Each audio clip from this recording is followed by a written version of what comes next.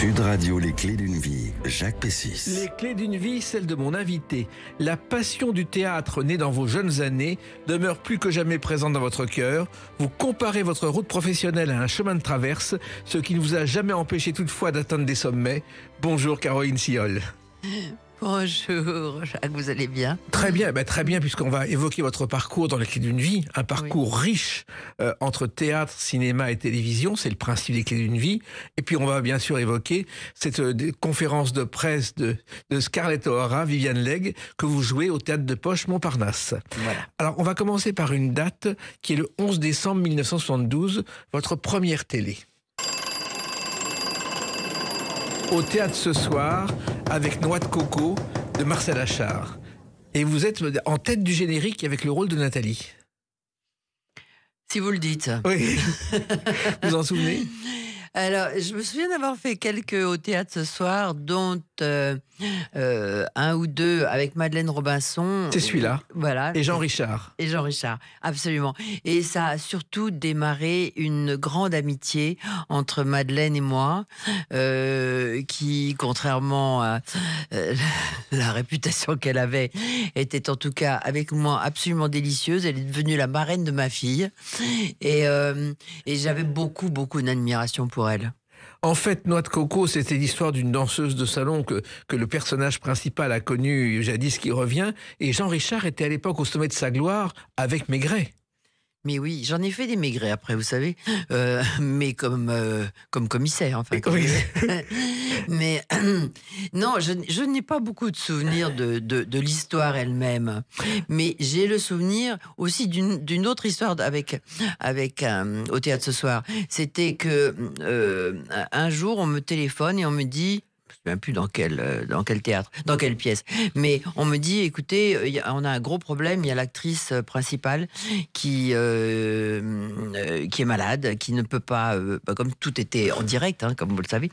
Donc, est-ce que vous pouvez apprendre le rôle dans la nuit? Et comme j'aime bien les défis, j'ai dit oui. Mais je me suis payé un immense trac, mais apparemment ça a marché. Oui, ce qui est étonnant avec Au théâtre ce soir, c'est que c'était l'école parfaite, puisqu'il y avait 3 semaines pour répéter, je crois. Une première semaine dans un coin, deuxième semaine dans un autre coin, et on passait en direct.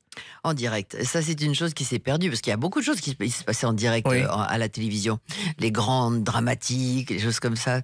Ça ne nous rajeunit pas, mais enfin, c'est comme... En même temps, c'était un apprentissage formidable. Extraordinaire. Oui. On ne pouvait pas se tromper. Non. Ah oui. Alors, Istrassa, c'est le théâtre. Au départ, vous avez été, je crois, élevé par votre mère, Caroline Siol, et par vos grands-parents paternels, avec des vacances dans les Cévennes. C'était une tradition. C'était une tradition, oui, qui était un petit peu compliquée, parce que si vous me lancez sur mes problèmes d'enfance, j'ai vécu la guerre des religions. C'est-à-dire que ma famille maternelle était extrêmement catholique, bourgeoisie catholique, et ma famille paternelle était HSP, c'est-à-dire la haute société protestante. Donc, à l'époque, c'était un drame. Un protestant qui épousait une catholique, mes grands-parents ont refusé de venir au mariage, enfin, le mariage ne pouvait pas se faire dans l'église. Enfin, c'était des choses qu'on n'imagine pas maintenant. Mais effectivement, j'ai vécu cette guerre de religion permanente, parce que dans les Cévennes, j'aime beaucoup ma famille paternelle. Maintenant, c'est tout à fait... mais à l'époque, comme ma mère m'avait fait baptiser catholique, un peu pour enquiquiner mon père, parce que de toute façon, je ne sais pas quand est-ce qu'ils se sont vus pour me faire, puis après... mon père a disparu. Et donc, il bouffait du papiste à chaque repas. Ce qui, moi, évidemment, me posait un problème. Parce que quand on est petit, moi, ça m'a guéri des religions. À tout jamais. Il faut savoir que dans la seconde moitié du XVIe siècle, déjà, les Cévennes deviennent un bastion du protestantisme méridional. Et alors, à l'époque, quand mon père par hasard, arrivait à cheval. En général, il arrivait comme ça, à cheval, on ne savait pas d'où. Bon, bref. Et donc, il m'emmenait au musée du désert, qui est le lieu protestant par excellence.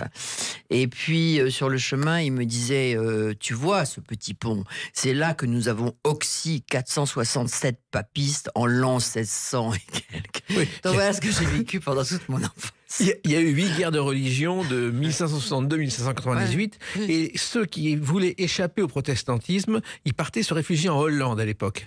Oui. C'est Oui. c'est ce qu'on appelle des migrants de l'époque. Des Voilà. migrants de l'époque. Alors, votre apprentissage de la vie, Caroline Siol, au départ, ce sont les livres, car vous avez beaucoup lu. J'ai beaucoup lu parce que j'étais enfant unique, ce qui est une forme d'infirmité. Enfin, moi, j'ai toujours considéré ça comme une infirmité.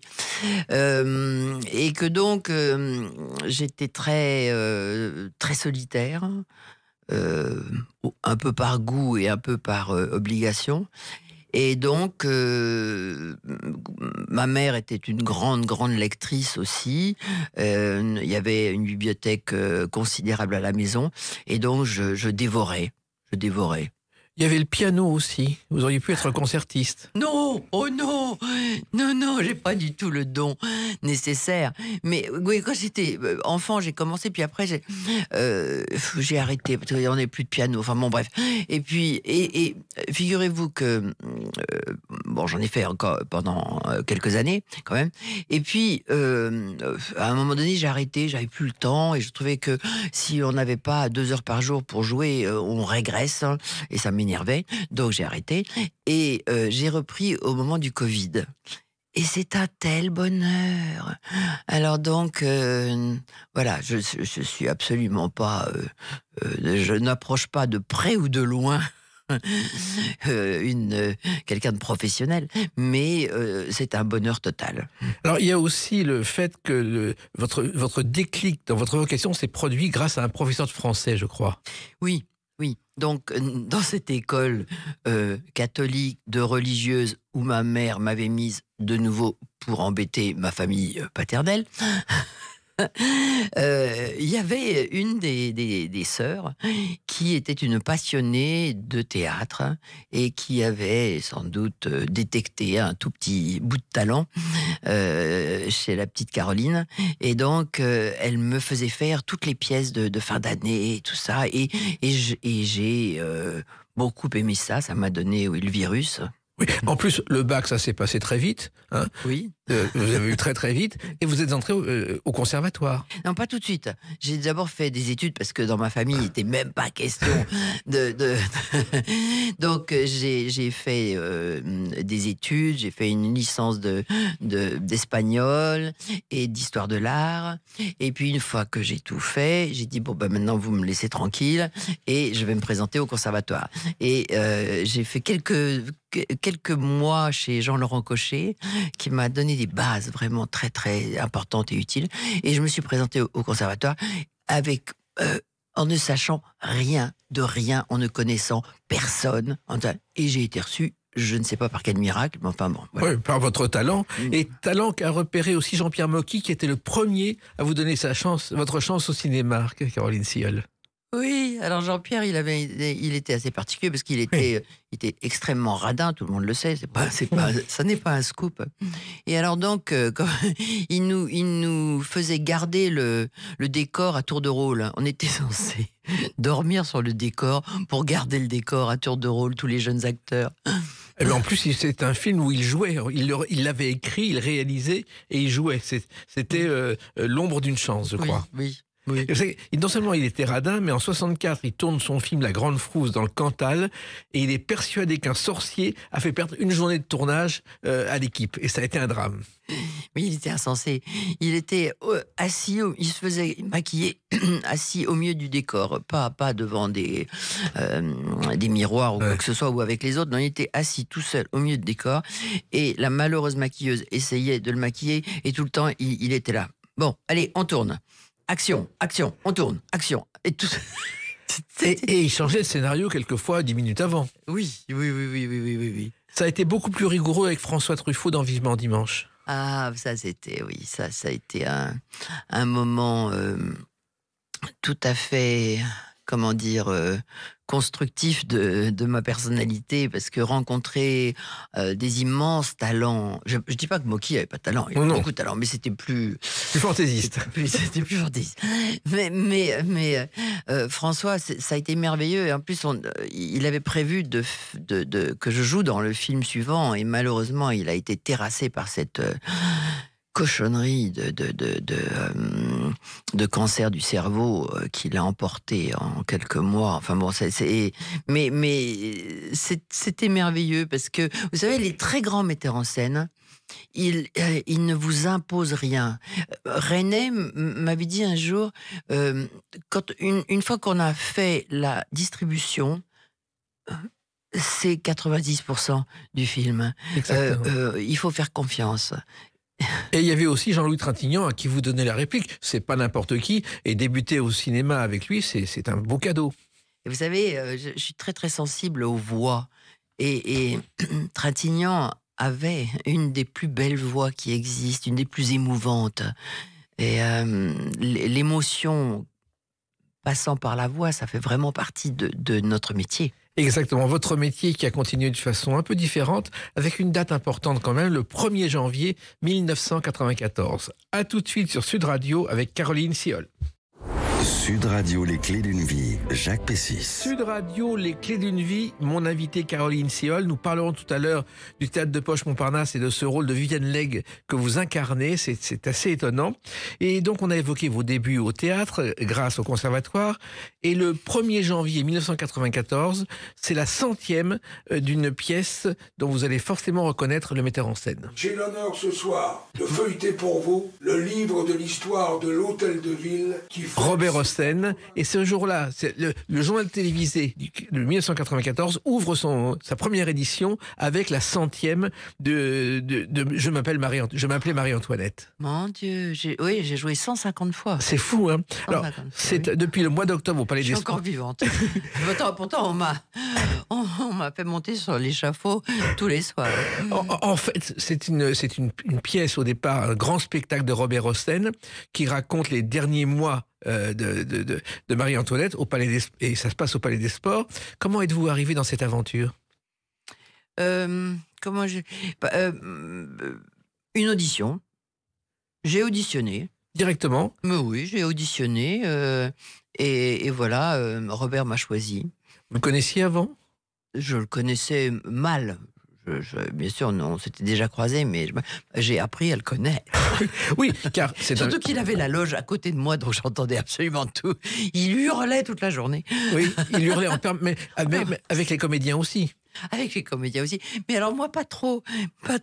Il paraît que mon habilleuse m'avait raconté qu'un jour, au début des répétitions, il lui avait dit oh, elle me fait peur, elle m'impressionne, elle me fait peur. Mais moi, j'étais tellement terrorisée que je devais forcément être un peu froide, quoi. Alors, ce grand spectacle, c'était les derniers jours de Marie-Antoinette. Il avait été écrit par Alain Decaux et André Castelot. Voilà. Il y avait une rigueur historique. L'un pour, l'autre contre. Exactement. Voilà. Et il se trouve que, je ne sais pas si vous le savez, mais Castelot et Decaux, un jour en 55, Stelvio Lorenzi vient les voir et leur dit, voilà, on va démarrer une émission à la télévision, venez avec nous. Ils disent non, pas question, parce qu'on fait des livres, ça suffit.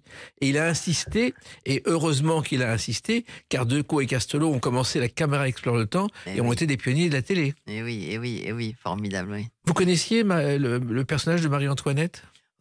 Comment ne pas le connaître, mais cela dit, je crois que j'ai lu absolument tout ce qui a été écrit sur elle pour me faire une idée personnelle, pour la défendre, car j'avais fortement l'intention de la défendre.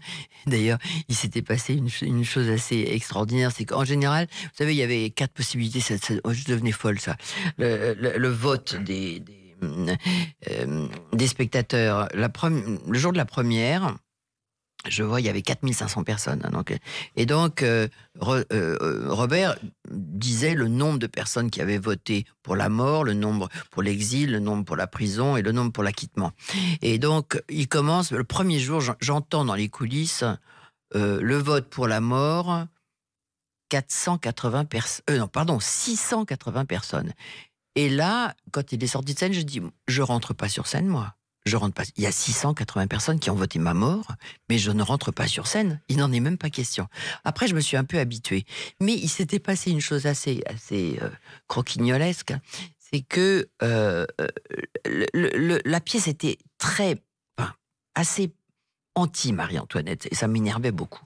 Donc, je m'étais dit, un jour, je vais y arriver, je vais la faire acquitter. Bon. Et le premier jour où on entend acquittement, j'avais derrière moi une centaine de personnes. Il y avait, je ne sais pas combien d'acteurs sur scène, tous les techniciens qui sont en général pas forcément totalement royalistes. Et tout d'un coup, dans les coulisses, il y a eu une acclamation de bonheur. Bravo, bravo. Et j'ai trouvé ça tellement émouvant. Alors, il se trouve aussi, il faut l'expliquer, que c'est la première fois qu'il y avait un spectacle interactif. Il a inventé ça, Robert Hossein. C'est-à-dire qu'à la fin du spectacle, on votait pour ou contre la mort de Marie-Antoinette. Et donc, vous aviez un échafaud à disposition? Alors, on jouait d'abord, on jouait d'abord la mort qui avait été votée. Oui. Et ensuite, on jouait la mort historique. Donc, tous les soirs, je grimpais sur cette charrette qui, avec les mains liées dans le dos. Donc, mon principal souci était de ne pas dégringoler, parce qu'il fallait grimper les escaliers, les marches avec les mains derrière le dos, ce qui n'était pas très pratique. Et ensuite, le cheval faisait un immense tour dans le théâtre et on arrivait devant l'échafaud. Et je vous promets que c'est quand même un peu perturbant de voir l'échafaud tous les soirs et qui s'arrêtait au-dessus de moi au moment où la lumière s'éteignait. Et bon, voilà. Alors, il se trouve que le public, à l'entrée, on distribuait des boules blanches et des boules noires. Les boules blanches, c'était l'acquittement. Les boules noires, c'était la mort. Et un soir, je ne sais pas si vous le savez, il y a des Suisses qui arrivent et qui vont rendre les boules en disant « On est Suisse, on ne peut pas voter ». Oh, c'est trop mignon. Ça a vraiment existé. C'est trop drôle, c'est trop drôle. Oh, mais c'est fou. C'est fou, ce personnage, au fond, comme si longtemps après sa mort, elle provoquait encore une telle passion. Je vous assure, moi j'ai vécu des choses là, à ce moment-là, qui étaient inimaginables. Dans les deux sens du terme, quand je sortais de scène, il y avait des gens qui m'attendaient, qui s'agenouillaient devant moi. Mais il y avait aussi, un soir, il y a eu, quand je rentre sur scène, au moment de l'annonce du verdict, je ne dirai pas ce qu'il a dit parce que c'est un très très très gros mot, vilain, mais un type au premier rang qui se lève, heureusement le premier rang était assez loin, qui se lève et qui crie à mort, je ne dirai pas la suite. Et j'étais tellement, après 2 heures de jeu déjà, je suis tombée dans les pommes, boum. Je me suis évanouie. Et à ce moment-là, tous les acteurs qui jouaient, les Fouquier-Tinville, tous ceux qui me disaient des horreurs sur moi depuis 2 heures, sont venus me protéger contre l'affreux type, m'ont emporté, il paraît, dans leurs bras en me serrant très fort. Mais ce qu'on sait peu, Caroline Siol, c'est que Marie-Antoinette était aussi une artiste. Tout ce qui l'intéressait, c'était la musique et le spectacle. Elle a monté des opéras comiques, des comédies, et elle a joué Colette dans Le Devin du village de Jean-Jacques Rousseau au Trianon. Absolument. Et Gluck doit une grande partie de son succès à l'époque à elle et Mozart et tout elle a fait participer énormément d'artisans et d'artistes à sa vie. il y a une chose aussi, un jour, elle reçoit Benjamin Franklin, elle lui dit « Ah, ça ira, en parlant de l'Amérique ». Et finalement, c'est devenu le slogan des révolutionnaires. Ah ben vous voyez, je ne connaissais pas cette histoire. Merci de me l'apprendre. Alors, il y a eu Marie-Antoinette, mais aussi beaucoup d'autres choses au théâtre, Caroline Siol. Vous avez joué un nombre de rôles considérables avec des metteurs en scène prestigieux, à commencer par Jean Marais. Oui. Les Parents terribles, ça c'est un grand souvenir pour vous. Ah oui, c'est un immense souvenir de trac, parce que je jouais quand même. C'était juste à ma sortie du conservatoire, et je jouais avec Madeleine Robinson, Lila Kedrova, Jean Marais. Et donc, c'était 3 monstres sacrés qui ne s'entendaient pas très bien. Donc, nous, les 2 pauvres jeunes, on était au milieu de tout ça. Mais c'était une très, très belle pièce. J'ai joué plusieurs pièces de Cocteau avec Jean Marais. Et vous avez joué aussi toutes sortes d'auteurs. Ça va de Gide à Cocteau, en passant par Molière ou André Roussin. C'est assez rare comme parcours. C'est vrai que c'est assez étonnant. On peut passer de l'un à l'autre sans problème. En fonction J'ai essayé, en tout cas. Je ne sais pas si c'était avec succès, mais en tout cas, je l'ai essayé. Et puis, vous avez été mise en scène par Michel Blanc. Oui. Dans une pièce de Françoise Sagan. Ça, c'est étonnant. Oui. Et Michel, j'ai tout de suite été frappée par sa finesse. Intelligence, bien sûr, mais une intelligence d'une finesse remarquable. Et d'une fragilité aussi. Qui m'avait beaucoup touchée. Et on n'imaginait pas le personnage du Splendide mettant en scène Françoise Sagan, a priori. Mais Sagan, elle était tellement inventive, elle était incroyable. Sur la fin, on n'était pas content de la fin. Et donc elle était là avec son chien Banco, là, et puis tout d'un coup elle dit « J'ai trouvé, on va dire, tous à Sarajevo ». Donc la pièce est terminée comme ça, parce que ça se passait en 14. Mais son fils, Denis Westhoff, fait beaucoup pour sa mémoire, et notamment il a fait mettre une plaque sur l'immeuble où elle a écrit « Bonjour Tristesse » en plein été en 53, et un livre auquel personne ne croyait. C'était étonnant. Elle avait un humour, mais un humour, c'était merveilleux. C'était merveilleux, vraiment. C'est un personnage comme il n'en existe plus. Ça, c'est vrai.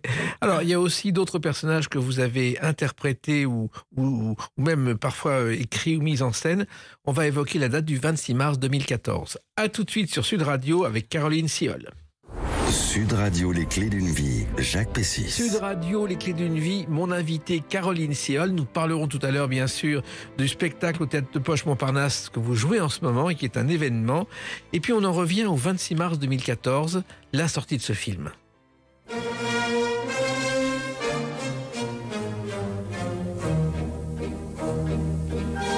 Aimer, boire et chanter d'Alain Resnais. Bien sûr. Un film qui est non seulement cher à votre cœur, c'est le dernier film d'Alain Resnais, mais c'est un film très particulier pour vous. C'était en 2014 ? Oui. 10 ans ? Oui. Mon Dieu, c'est pas possible. Oui, Alain aussi était quelqu'un de tellement extraordinaire, mais véritablement. Et moi, j'ai toujours pensé que c'était un ange qui était descendu du ciel. Parce que, son talent, sa culture, tout le monde la connaît, mais ce côté angélique, c'est-à-dire ne disant jamais du mal de personne, ayant toujours cette douceur dans les yeux, dans la manière de vous parler, de ça, c'est quelque chose que je crois que c'est le seul être humain de qui je peux dire ça.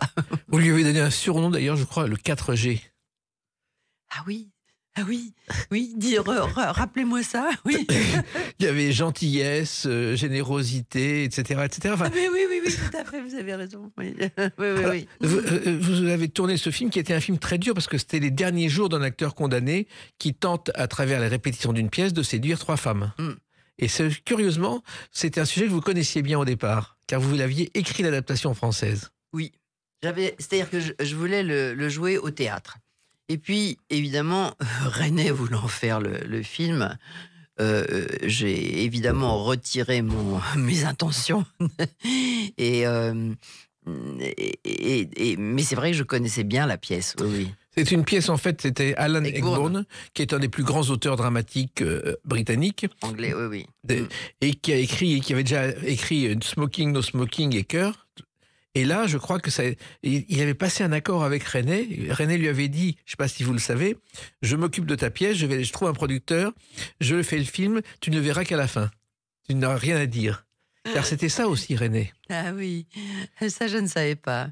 Ce que je savais, c'est que le producteur, à un moment donné, lui a dit, écoutez, Alain, je suis vraiment navré, mais on a un problème, on ne peut pas aller au-delà d'eux. Non. Donc, je fais appel à votre génie. Et le lendemain, Alain a appelé en disant « J'ai trouvé, on ne va pas faire des vrais décors, on va faire des toiles peintes. » Et on a fait des toiles peintes, c'était magique. Alors, il se trouve qu'au départ, le rôle que vous vouliez jouer a été donné à Sabine Azéma et vous en avez récupéré un autre. Je ne crois pas que ce soit exactement ça, c'est que Sabine voulait être blonde, donc il voulait pas deux blondes dans le film. Donc il m'a dit, ça vous ennuie pas d'être brune, d'être rousse? Je dis mais pas du tout, donc voilà. Mais oui, peut-être c'était le rôle que je voulais jouer au théâtre. Ouais, vous avez raison.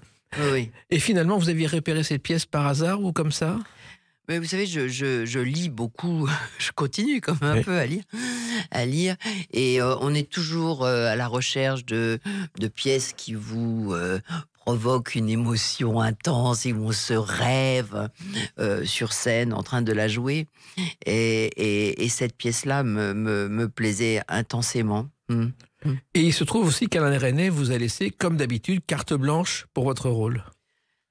Alors, Alain faisait partie de ces gens je compare ça avec quelque chose d'assez prosaïque, c'est-à-dire que ils vous mettent dans une cocotte minute, ils ferment, et puis ils mettent le feu, et après, voilà. C'est juste, ils mettent le feu, mais après on se débrouille. Voilà. Non, mais il avait une manière merveilleuse de vous dire. Il vous faisait venir à côté de lui après une prise, il disait, c'est très très bien, vraiment c'est formidable ce que vous avez fait. Ça. Je me demande si vous ne pourriez pas essayer de faire ça. Ne disons aucun autre nom de gens qui disaient c'est moche, c'est pas bien ce que t'as fait. Voilà. Et il avait aussi une particularité, à la fin d'un tournage, il y a des chutes de bobines, lui il n'y avait rien, il gardait tout. C'est assez rare aussi pour un metteur en scène. Et Sabine s'est retrouvée avec des archives par-dessus la tête, et donc elle a été obligée un peu de tout classer, et c'est passionnant, c'est passionnant. Alors, il se trouve aussi que vous aviez déjà joué d'un film d'Alain Resnais, et qui était La vie est un roman, où vous étiez une adepte du bonheur, je crois. C'était une très légère participation, mais il avait aussi cette politesse merveilleuse, même pour les tout petits rôles, de vous considérer comme un être humain. Et je crois que c'était Francine Berger qui jouait l'autre partie du bonheur. Francine Berger qui a 85 ans, qui continue à jouer sans arrêt. Elle est à Amiens, elle tourne des films. Ça prouve qu'on ne prend pas sa retraite au théâtre ou au cinéma. Mais j'en suis la preuve. Hein, exactement. Il faut continuer le plus longtemps possible. Alors, il se trouve que vous aviez songé à adapter cette pièce pour vous, mais vous avez aussi écrit les scénarios, ce qu'on sait peu, Caroline Siol. Il y a, je crois que La moitié du ciel d'Alain Mazard, c'est votre scénario. Oui. J'en ai écrit un autre aussi pour la télévision. Pour José Dayan, je crois. Pour José Dayan. Et là, j'ai un trou de mémoire sur le titre, mais ça va me revenir. Mais j'aime beaucoup écrire, mais j'ai très peu confiance en moi. Donc, je ne l'ai fait que presque obligé. Voilà. C'est-à-dire c'est-à-dire que si quelqu'un me dit là, il faut que ce soit toi qui écrives ça, absolument, donc je le fais. Mais j'adore ça. Ça fait partie, je trouve, d'un comment dire. Je considère que ça fait partie du métier d'acteur, qui est le fait de recréer un texte. Pourquoi ne pas de temps en temps écrire aussi? Oui, mais écrire et jouer, car dans ce film d'Alain Mazard, vous jouez aussi le rôle principal. C'est pas évident, il n'y a pas beaucoup d'actrices qui écrivent leur rôle et qui le jouent. Si, quand on a très confiance en soi, on s'écrit des rôles et on joue. Mais j'avais appris le chinois pour ça. Ah bon? Oui. Et c'est très compliqué. Moi, je me souviens plus de rien. Mais oui, parce que j'avais une partie des dialogues en chinois. Et autre chose qui était très compliqué aussi, ça a été joué une femme aveugle, je crois, au Théâtre de la Colline, dans une pièce mise en scène par Georges Lavelli. Ah, ça, j'ai joué 2 fois la pièce. Ça c'était une découverte. Alors ça, c'est l'agent littéraire qui est aussi une amie, qui s'appelle Suzanne Sarquet, qui un jour m'appelle, elle m'a fait le coup plusieurs fois, en me disant, j'ai une pièce, c'est pour toi, il n'y a que toi qui peux la jouer. Et ça, ça fait partie des pièces vraiment qui touchent le génie. C'est une pièce où vous jouiez une aveugle, ce qui n'est pas évident sur scène, même en gardant les yeux ouverts. Ce sentiment est très particulier. Oui, alors là, j'avais beaucoup côtoyé des aveugles pour connaître surtout leurs sensations, et c'est passionnant de découvrir à quel point le cerveau est bien fait. Le cerveau développe les autres sens pour compenser celui qui n'existe plus. Et c'est extraordinaire. C'est-à-dire que il y avait des aveugles qui venaient nous voir et ils me disaient « C'est merveilleux quand vous faites ça sur scène. » J'osais pas leur dire « Mais vous m'avez pas vu ?» Mais eh bien si. Il devinait, il sentait. C'est tout à fait passionnant. Et ce qui était très passionnant dans cette pièce, c'est le parcours. C'est-à-dire qu'une aveugle heureuse, avec une vie organisée, bien et tout, et qu'on oblige un peu à subir une opération pour recouvrer la vue, qui recouvre la vue et qui, du coup, devient folle. Perd totalement tous les repères de la vie, etc. Parce que elle ne peut pas s'habituer. Parce qu'en fait, il y a une chose très, très passionnante, c'est-à-dire que quand vous voyez là un micro là, qui est devant nous, vous dites, c'est un micro, oui. Mais une aveugle, si elle ne peut pas le toucher, elle dira, c'est une banane. Exactement. Mais on a eu plusieurs fois à ce micro Gilbert Montagnier. Oui. On a l'impression qu'il voit tout ce qui l'entoure. Oui, c'est extraordinaire depuis toujours. Ouais. Et d'ailleurs, en plus, vous aviez l'impression, même les yeux ouverts, de ne rien voir, Caroline Siol. Oui, je me suis abîmé les yeux. Ah bon ? C'est-à-dire qu'un jour, j'avais tellement mal aux yeux, j'étais en urgence dans un hôpital, et on m'a dit que je m'étais fait des sortes de petites blessures sur la cornée, à force de garder mes yeux ouverts, mais sans rien voir. C'était très curieux, oui. Et d'ailleurs, il y a un restaurant à Paris qui s'est ouvert dans les années 2000, où on dîne dans le noir complètement pour ressentir les sensations. C'est le même principe. Alors, il y a eu aussi un rôle en anglais, je crois que c'est Remember Me, qui a aussi été important pour vous. Ah oui. J'ai beaucoup aimé cette histoire de cette femme qui est atteinte, qui a été une grande star et qui est atteinte d'Alzheimer, et qui, le seul moment où elle retrouve un peu la mémoire et la conscience, c'est le moment où elle rejoue Shakespeare. Donc, ça correspond aussi un petit peu avec, enfin, pas l'Alzheimer, mais par rapport à ce que peut représenter Shakespeare pour Vivien Leigh, c'était assez merveilleux, oui. Puis il y a votre autre facette de productrice, de directrice de théâtre, parce que pendant quelques années, avec votre mari, vous avez dirigé le théâtre des Mathurins. Oui, enfin, non, ils ont dirigé le théâtre d'Édouard VII et des Mathurins. Oui. Mais je me suis beaucoup plus mêlée, justement, par rapport à l'écriture, à la production des films. Je suis vraiment son bras droit et je travaille énormément sur l'écriture, parce que c'est ça qui me passionne. De Jean-Louis Livy. Votre mari. Alors, et vous dites que votre vie professionnelle est un chemin de traverse sans panneau indicateur. Ça veut dire quoi ? Je crois que j'ai surtout dit un jour que j'avais mené ma carrière comme un âne. C'est-à-dire ? C'est-à-dire que, de temps en temps un peu bêtement, de temps en temps, mais surtout très lentement, mais en allant quand même un peu au bout des choses, sans me presser, voilà. Oui, mais en même temps, ça dure depuis quelques décennies, et c'est peut-être pour ça que ça fonctionne aussi. Je ne sais pas, ça n'est pas à moi de le dire, mais en tout cas, je fais des choses que j'aime, donc c'est déjà pas mal. Par rapport à beaucoup de gens... Oui, j'ai vu un article où vous évoquiez Certains l'aiment chaud de Billy Wilder. C'est un film qui vous a marqué ? Ah mon Dieu, oui. Oh, je pourrais le revoir indéfiniment. Tellement ça a du charme. Mais c'est pas le seul d'ailleurs de film, mais enfin...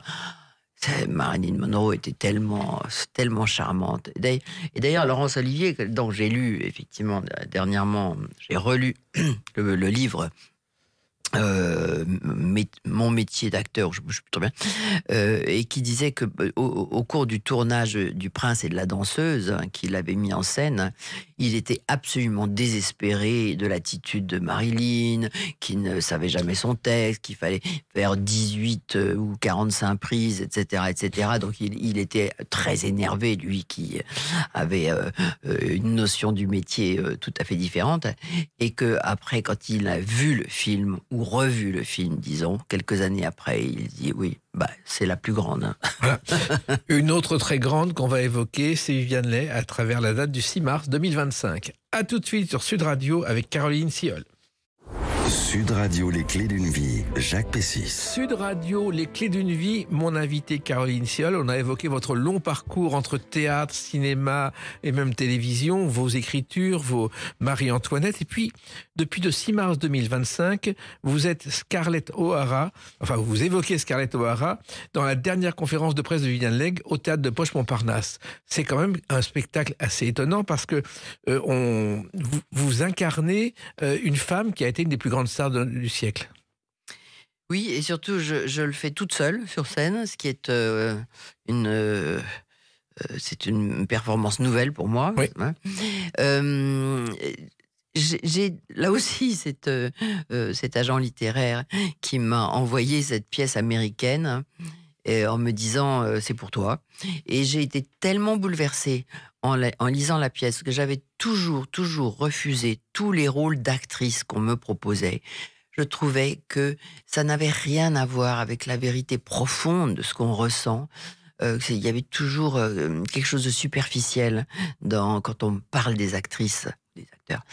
Et là, pour la première fois, j'ai ressenti que ce qu'elle disait, enfin, ce que la pièce disait du métier d'actrice était tellement important, tellement vrai que j'ai eu envie de le porter sur scène et même de l'adapter.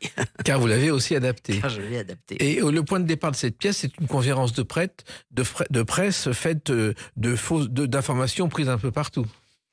Oui, c'est-à-dire que c'est la fin de sa vie, oui. Parce qu'elle est morte en 67, donc c'est la fin de sa vie, et elle vient pour une conférence de presse, et puis petit à petit, elle part un peu dans ses souvenirs, et dans des problèmes physiques et physiologiques qui l'ont beaucoup perturbée, et qui ont perturbé le couple magique qu'elle formait avec Laurence Olivier. Et on va en parler. Et puis, bien sûr, quand on parle de Viviane Leigh, il y a Scarlett O'Hara et il y a ce film.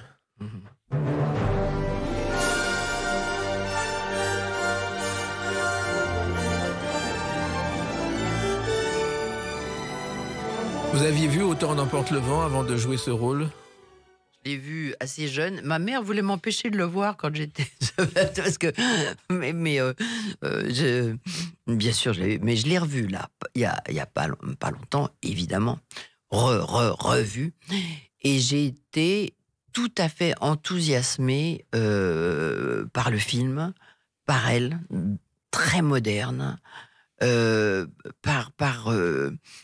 par la manière de raconter, la lumière. J'ai été mais vraiment enthousiasmée par ce film de nouveau. Et ce film, d'ailleurs, il faut savoir qu'il a changé de réalisateur 3 fois, je ne sais pas si vous le savez. Car Gable ne voulait pas de Georges Cukor, oui. Il l'a viré. Oui. On a viré Victor Fleming, viré au bout de 2 mois. Il y a eu un assistant c'était signé par Victor Fleming. Oui, alors qu'elle a été coachée totalement par Georges Cukor, parce qu'elle adorait Georges Cukor, et que c'était effectivement Georges Cukor un metteur en scène d'actrices. Il aimait profondément les actrices et il savait les aider, les diriger. Et le rôle de Scarlett O'Hara, finalement, c'est un rôle dont toutes les actrices rêveraient. C'est-à-dire, ce qu'il y a de fascinant, c'est que cette petite Anglaise, qui n'était pas très très très connue, a coiffé au poteau toutes les stars de Hollywood qui avaient toutes passé des essais. Ça faisait 2 ans qu'elles rêvaient toutes de jouer Autant en emporte le vent, et tout d'un coup, elle arrive sur le tournage de L'incendie d'Atlanta, qui, comme on le sait, a précédé le début du véritable tournage, et David Selznick la voit et tombe raide amoureux, je ne sais pas, mais en tout cas amoureux de l'actrice, et décide que c'est elle qui va jouer Scarlett O'Hara. Ce qui a fait scandale au départ, sauf que les sudistes se sont dit, une anglaise plutôt qu'une yankee, c'est quand même pas mal, c'est ça. Oui, et en tout cas, elle a tout à fait réussi à prendre l'accent sudiste, ce que Clark Gable a eu du mal à faire. Alors, vous incarnez cette femme et vous racontez justement comment elle s'est retrouvée dans ce rôle alors qu'elle n'était pas destinée à devenir une star internationale. C'est-à-dire que pour elle, la seule chose qui comptait, et qui a compté jusqu'à la fin de sa vie, c'est le théâtre. Et donc, Hollywood, les films, étaient principalement tournés pour produire, pour aider à la production des pièces de théâtre qu'elle voulait jouer avec Laurence Olivier. Parce que c'était la seule chose qui les intéressait. Ils tournaient, bien sûr, ils étaient des stars immenses, interplanétaires, c'était insensé après Scarlett O'Hara, ce qu'elle était devenue. Mais la seule chose qui l'intéressait, c'était le théâtre. Et c'est pour ça que jouer dans le cœur du théâtre, qu'est le petit théâtre de Poche-Montparnasse, pour moi, c'est très important parce que c'est l'amour du théâtre. Oui, et effectivement, l'amour du théâtre pour Vivien Leigh et Laurence Olivier est lié. Oui, c'est ce qui les a aussi rapprochés beaucoup. Hein. Ils ont beaucoup joué ensemble, oui, ils ont été très liés par cet amour du théâtre et par, je dirais pas une détestation, mais ils n'aimaient pas beaucoup Hollywood. À un moment donné, je dis, je déteste Hollywood, tout y est faux, même le climat est ridicule. Parce qu'elle avait beaucoup d'humour, elle était très très très drôle. Elle avait cette espèce c'était comme un diamant brut. Qui était elle était d'une beauté mais c'est connu, mais elle avait une intuition, elle était très drôle, elle avait une insolence. Elle avait une insolence, voilà, exactement, qui moi me plaît beaucoup. Alors, il se trouve aussi que le couple a joué tous les grands classiques et finalement, le cinéma lui a permis de combler les déficits financiers des pièces. Mais oui, parce qu'il produisait beaucoup. Mais c'est fascinant le nombre de pièces qui pouvaient jouer. Par exemple, Laurence Olivier, un jour, il avait choisi 2 théâtres qui étaient l'un en face de l'autre pour pouvoir jouer 2 pièces en même temps. Il sortait par la porte de l'entrée des artistes, il rentrait, il traversait la rue, il rentrait, il allait jouer l'autre pièce. Il jouait. Maintenant, tout le monde s'épuise quand on a joué 30 fois, oui. 30 fois, mais il jouait 8 fois par semaine. C'était une autre vie, quoi. Et il était devenu acteur, Laurence Olivier, parce que son père, qui était ecclésiastique, voulait qu'il embrasse cette profession. Je suis pas complètement sûre que son père était totalement passionné par le fait que... Mais bon, il s'y est fait, en tout cas. Voilà. En tout cas, un jour, pendant le tournage de Marathon Man, il donne une leçon à Dustin Hoffman. Oui, très connu. Dustin Hoffman arrive épuisé parce qu'il doit jouer un rôle dramatique. Et l'autre lui dit, mais si simplement tu jouais. Mais voilà. C'est aussi simple que ça. Alors, Vivien Leigh, vous évoquez aussi, bien sûr, son histoire d'amour, mais vous évoquez une femme qui a réussi ce qui semblait impossible, Caroline Siol. Dans le spectacle oui, mais actuel. dans quelle mesure de quelle impossibilité vous parlez? Professionnelle. Professionnelle. C'était pas évident de faire tout ça. Oui, enfin, elle était douée. Elle était douée. Et elle était douée, elle avait des problèmes de voix, donc elle a travaillé. C'est ça qui est formidable aussi, c'est que elle dit à quel point, pour compenser toutes ses faiblesses, elle a travaillé. Et c'est vrai que quand elle a joué, par exemple, et là où elle a eu son second Oscar, parce qu'il n'y en a pas eu un troisième, mais pour Blanche Dubois, Tramway nommé Désir. Tramway nommé Désir, c'est bouleversant hein, de la voir. C'est bouleversant de voir cette folie qui la gagne, ce danger qu'elle représente. Elle était capable des choses les plus douces, des plus merveilleuses et des choses les plus violentes. Et c'est là justement où vous montrez combien le métier d'actrice est compliqué. Oui, et combien, quand elle dit « j'ai joué Blanche », parce qu'elle a joué d'abord au théâtre, hein, et j'ai joué Blanche 8 fois par semaine pendant 8 mois, et elle est rentrée dans ma peau. Et donc, c'est vrai qu'elle dit aussi que le soir, elle s'était mise à fréquenter les bas quartiers et les dames de la nuit, comme elle dit, et que, oui, c'est assez connu qu'elle a un peu perdu les pédales, parce qu'elle était maniaco-dépressive. Et à l'époque, on ne savait pas soigner la maniaco-dépression, et elle, à la fin de sa vie, elle était soignée par des électrochocs. On peut imaginer ce que ça représentait. Et le soir même, elle jouait. Dans Tovarich, elle avait le matin des électrochocs. Le soir, elle jouait Tovarich, la comédie musicale. Et elle a quand même eu aussi un award, un prix pour Tovarich. C'est un Tommy incroyable. Award, oui, exactement. Oui. Mais alors, comment on fait pour justement incarner, Caroline Sial, une femme justement qui va aussi mal, qui a un mal de vivre? Et ce mal de vivre vous a touché d'ailleurs. C'est très compliqué. J'ai pas de méthode. Si vous voulez, quand je prépare un rôle, tout me nourrit. Je suis dans la rue, je vois quelque chose, ça me fait penser à une phrase du texte. Tout me nourrit. Le moindre échange avec quelqu'un, le moindre rêve, le moindre et puis il y a sûrement, quand j'étais très jeune, en sortant du conservatoire, j'écrivais tout. J'écrivais tout ce à quoi il fallait que je pense pendant le rôle. Maintenant, non, c'est devenu, j'ai tout dans la tête, et ça se bouscule, mais c'est bien, parce qu'il faut que ça se bouscule. Et dans ce spectacle, effectivement, cette dernière conférence de presse, vous évoquez non seulement la comédienne, mais la femme, depuis son enfance en Inde, qui a été quand même un point de départ important. À l'époque, vous savez, les Anglais, encore d'ailleurs, à partir de l'âge de 6 ans, hop, tous les enfants dans des pensions. On a vu ce que ça donnait comme résultat de temps en temps, mais elle voyait très peu ses parents.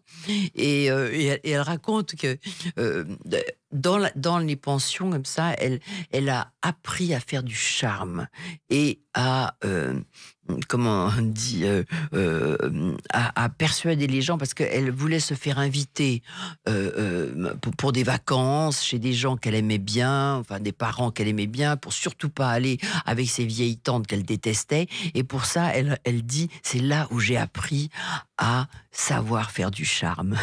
Et puis, ce spectacle permet aux anciens, mais surtout à la jeune génération, de découvrir véritablement ce que représentait une star d'Hollywood et une star du théâtre.